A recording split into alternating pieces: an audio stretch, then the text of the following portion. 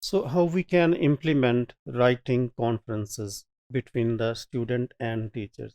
What are the issues, and how we can uh, provide solutions to those issues, and what are the options out there which we can take into account while implementing student teacher conferences, writing conferences. And remember, as I said before, these con- conferences are on top of providing written feedback or written commentary.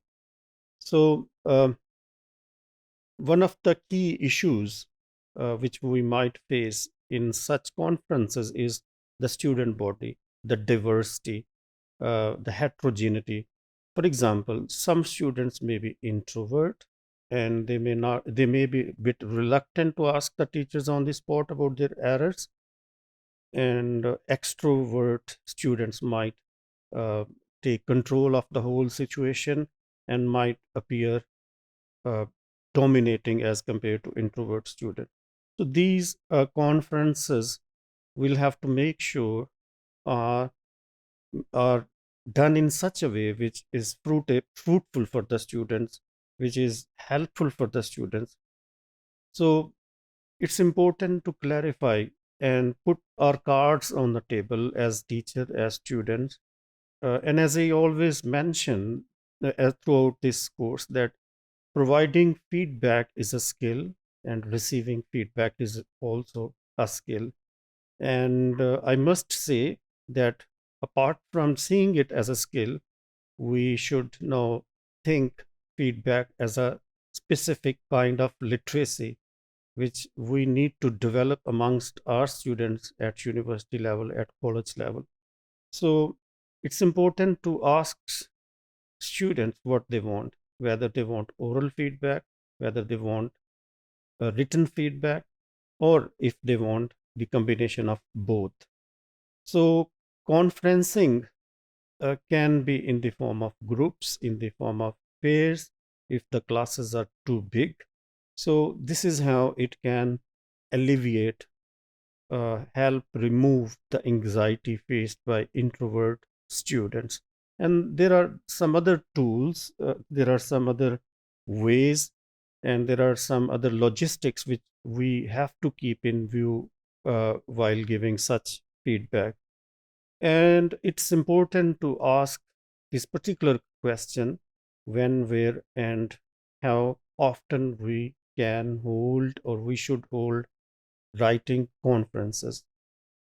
It's not like that it's every day that the writing conference happens. It might be uh, once in a month, or it depends upon the needs of the students. So we'll have to make sure the logistics available to us.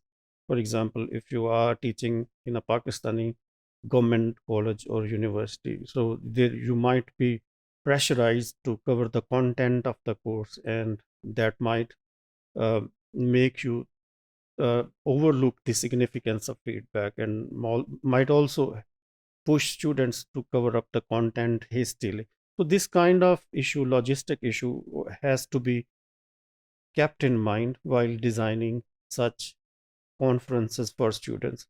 So, as I said before, we have to take into account the institutional constraints, the textbook covering constraints, and teacher training constraints, and student absorption constraints.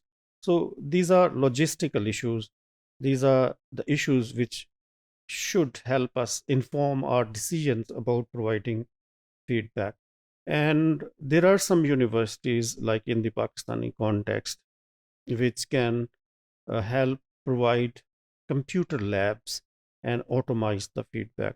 For example, automation can happen in the form of uh, assessment criteria.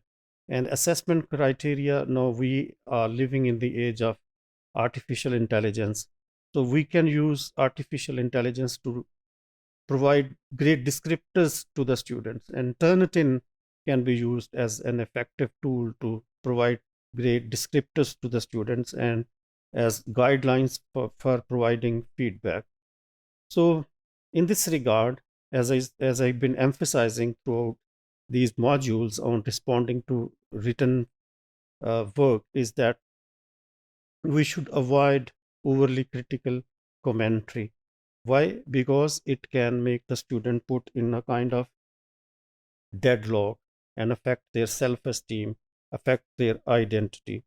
So, as I have been pointing out throughout this module, that will, as language teachers, this is our job to find out the wants, lacks, strengths, and weaknesses of the students, their personalities, their educational abilities, and their future mindset, what they want in future. So we not only take into account the institutional constraints, but also the contextual or the cultural or the social constraints.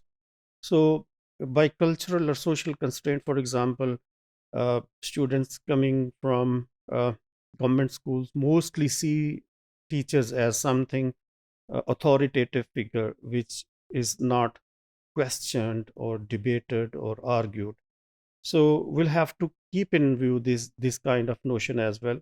So as I said before, that feedback is a skill. Feedback is a kind of literacy. By literacy, I mean that we need to make our students understand the norms and the vocabulary and the syntax governing feedback. And this is how it can help improve this exercise fruitful not only for the teachers but also for the students.